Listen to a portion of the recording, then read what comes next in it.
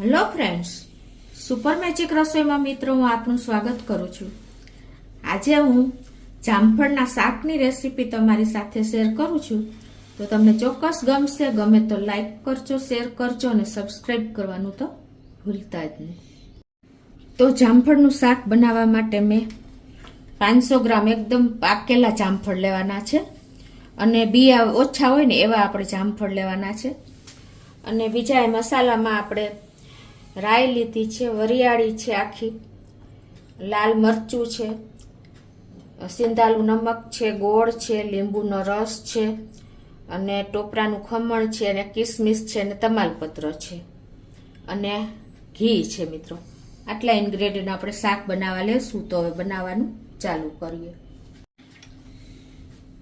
તો આપણે જામફળ, જો શિયાળો હોય એટલે ફૂલ સિઝન છે જામફળની, તો આપણે અત્યારે આ ઠંડીની સિઝનમાં જામફળ ખાઈએ ને તો શરદી થઈ જાય છે, પણ તમે જો આ રીતે જામફળ ખાશો ને તો કોઈ પ્રોબ્લેમ નહીં થાય, એની ટાઈમ તમે ખાઈ શકશો।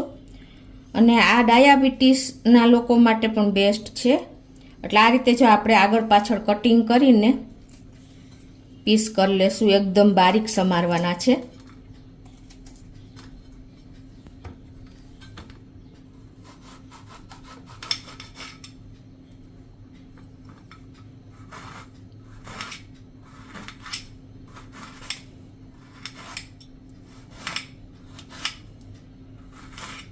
આ રીતે એકદમ નાના પીસમાં આપણે સમારી લેશું।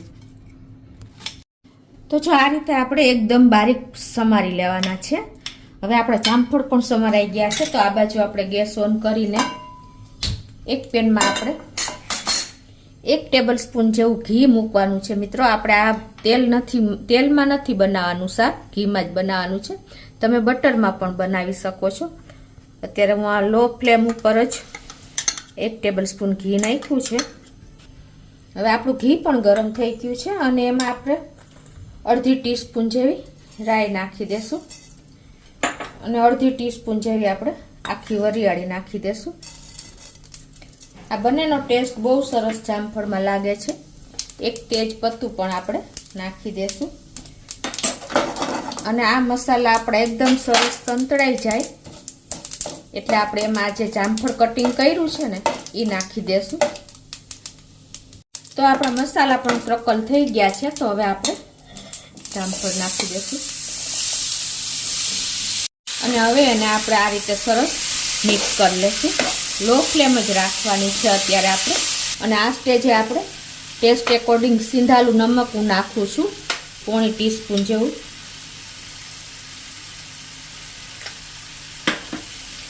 હવે આને આપણે 2 થી 3 મિનિટ આ રીતે પકવી લેશું અને હવે આ સ્ટેજે આપણે એમાં ગોળ નાખવાનો છે। તમે કોઈ પણ ગોળ લઈ શકો છો અને ખાંડ નાખવી તો ખાંડ પણ નાખી શકો છો, સાકર પણ નાખી શકો છો, પણ ગોળનો ટેસ્ટ આમાં આવશે બહુ સરસ।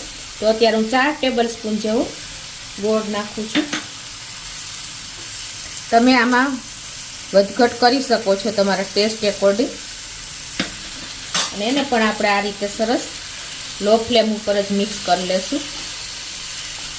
તો આ રીતે જો આપણે ગોળ નાખી દીધો છે અને મિત્રો જો એકદમ સરસ કલર આવી ગયો છે, ટેમ્પટિંગ કલર લાગે છે, જો તમને ખ્યાલ આવી જતો હશે। આ રીતે આપણે ગોળ નાખ્યા પછી પણ 2 થી 3 મિનિટ આ રીતે પકવી લેશું ખુલ્લું જ।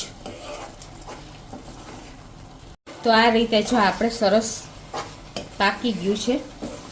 હવે આ સ્ટેજે આપણે અડધી ટીસ્પૂન જેવું તીખું લાલ મરચું નાખી દેશું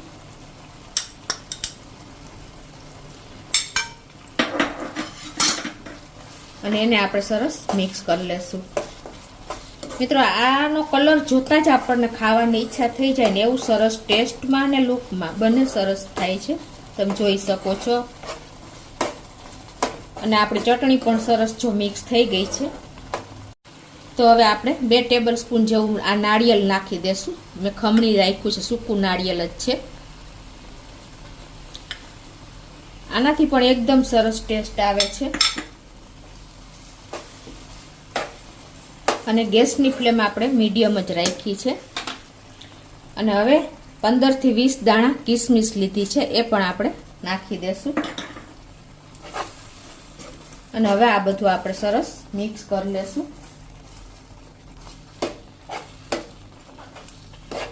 તો હવે આ બધું મિક્સ કર્યા પછી આપણે એકદમ સ્લો ફ્લેમ કરી નાખવાની છે અને એને આપણે ઢાંકીને 1 થી 2 મિનિટ કૂક કરશું.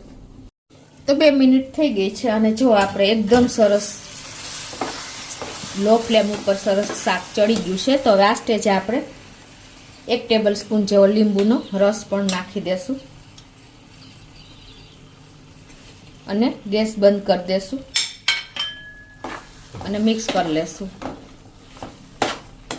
તો મિક્સ કરી લીધું છે. હવે આપણે એને સર્વ પણ કરી લેશું આ રીતે બોલમાં.